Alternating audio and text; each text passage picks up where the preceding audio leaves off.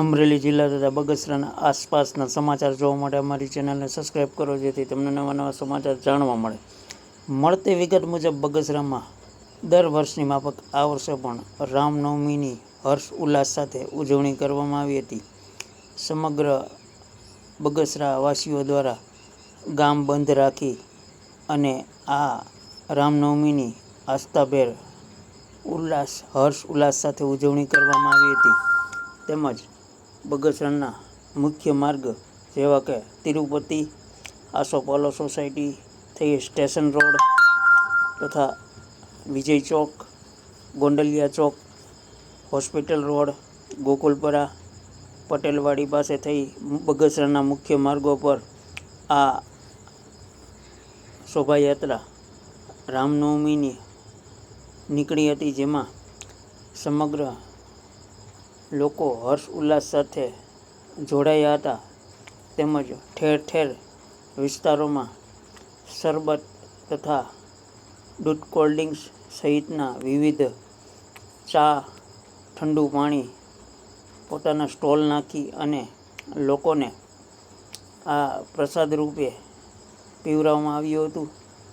તેમજ લોકોએ હર્ષ ઉલ્લાસ સાથે આ રામનવમીની બગસરામાં ઉજવણી કરી હતી તથા ઠેર ઠેર શેરીએ શેરીએ આ રામનવમીના જુલુસમાં નીકળેલ રામ ભગવાનનું પણ આરતી કરી અને પોતે ધન્યતા અનુભવી હતી. તેમજ સમગ્ર બગસરામાં આ શોભાયાત્રા નીકળી હતી.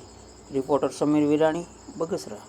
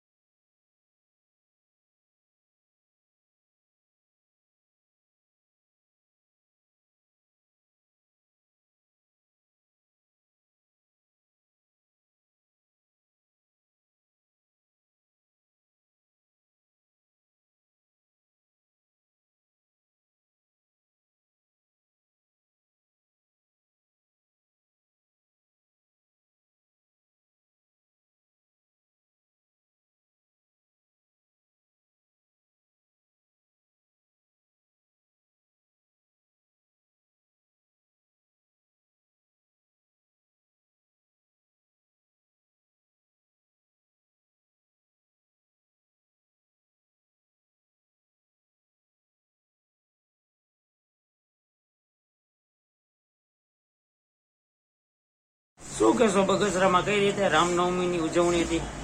જય શ્રી રામ. રશ્મિનભાઈ ડોડિયા, બગસરા.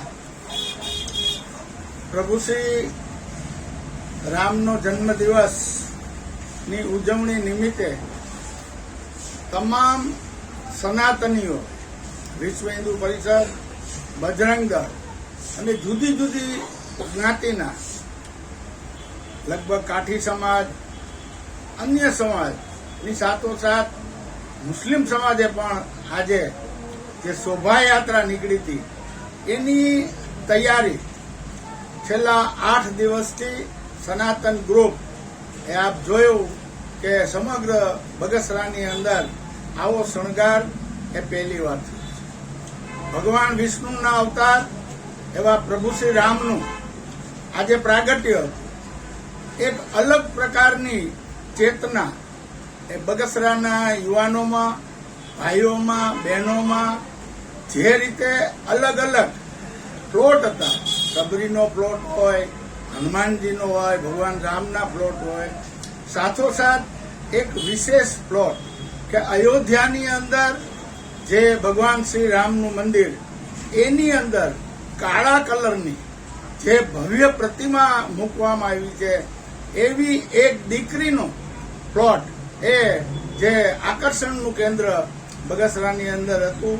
મને લાગે છે કે આપણી એક કહેવત છે, જેવા રાજા એવી પ્રજા, જેવી પ્રજા એવા રાજા, એનું જે કહેવત છે એ આજે બગસરાની અંદર સાર્થક બન્યું છે. એક અલગ પ્રકારનો અનેરો ઉત્સાહ એ બગસરાના યુવાનોએ તલવારબાજીથી અનેક રીતે જુદા જુદા ખૂબ શાંતિથી એ ઉજવો. પોલીસ ખાતાએ પણ ખૂબ સારી રીતે, પત્રકાર મિત્રોએ પણ ખૂબ સારી રીતે એ આ પ્રસંગને યોગ્ય રીતે મૂક્યો છે.